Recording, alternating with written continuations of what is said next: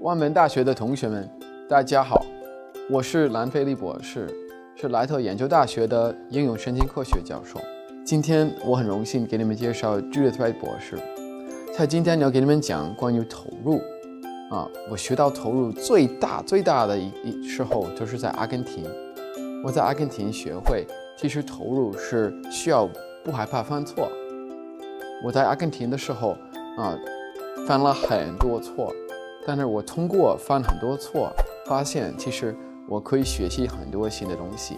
那我们现在去听 Judith 老师讲投入和亲密关系之间的关系。我们去上课吧。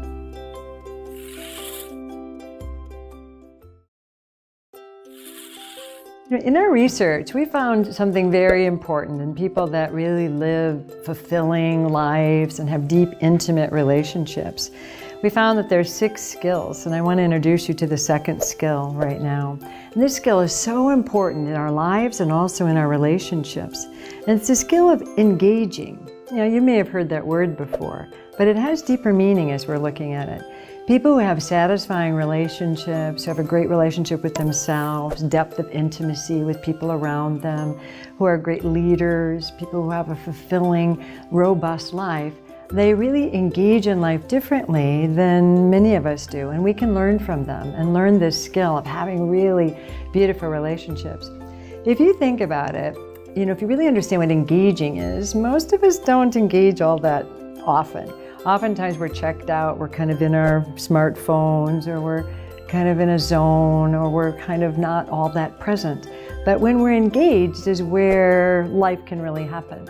So let's explore that a little bit more, because the first skill we learned in another episode is about yearning, really being aware of what we desire deep inside our hearts, the yearning to love and be loved, to be seen and heard and known and understood, the yearning we have to matter, to make a difference, to excel, to create, to fulfill our purpose.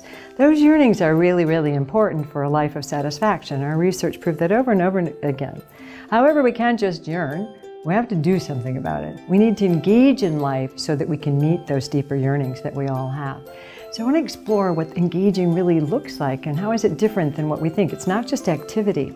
So in order for it to be true engaging in our research, what we found is it has to be connected to that deeper yearning. It's not just activity for activity's sake, but something that really helps us fulfill that deep inside ourselves. But it also includes risking and going outside of our comfort zone, being able to share more of ourselves, do things that it's a little bit uncomfortable, shaking it up a little bit more, having more novelty in our lives really starts us to be able to engage more fully.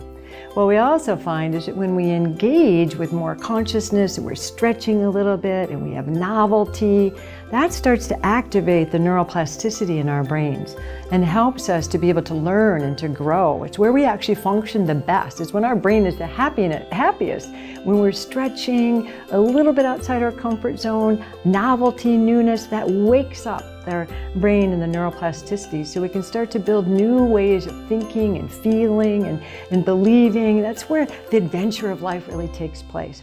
So engaging is pretty important, both in how it feels to us in relationships, in our learning, growing, and becoming.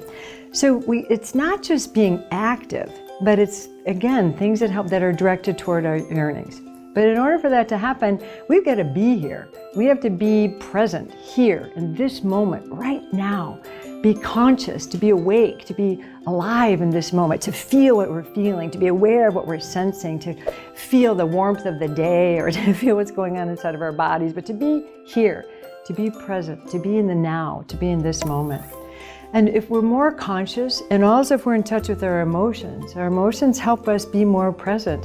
Are we sad? Are we hurt? Are we angry? Are we afraid? Being in touch with what it is that we're feeling inside of ourselves. Maybe we have a sense of joy, but knowing what's going on in our bodies and what we're feeling helps us become more present and to be more engaged. So these are very important things if we can see this. This isn't just an intellectual engagement about ideas, but full self-engagement, body, mind, and spirit. All of us engaged in life. It's an embodied experience. This is where we go unscripted, unedited, and really being able to be in touch with what we yearn for, but it also helps us be more in touch with the yearnings of other people as well. So it helps us connect more deeply. So let's look at this. So we've heard some things. It's about being present, conscious, in touch with our feelings and our emotions and our deeper yearnings. Again, it includes risking, going into the unknown. And when we do that, we have what we can call like an emergence of ourselves. It's like a plant growing through the soil and coming up through the soil and becoming a flower and opening that flower. New parts of ourselves emerge, and we're not just practicing old parts. We're allowing ourselves to become as we engage more fully in life. Engaging means that there's a sense of discovery, like a little child who's so excited, oh, look at that, oh, and being able to see things new, not just, yeah, I knew that, same, but having that sense of excitement about life and discovery. It's full emotional expression. It's being able to be more responsible in completing our emotions and really allowing them to flow through us like children do more fully.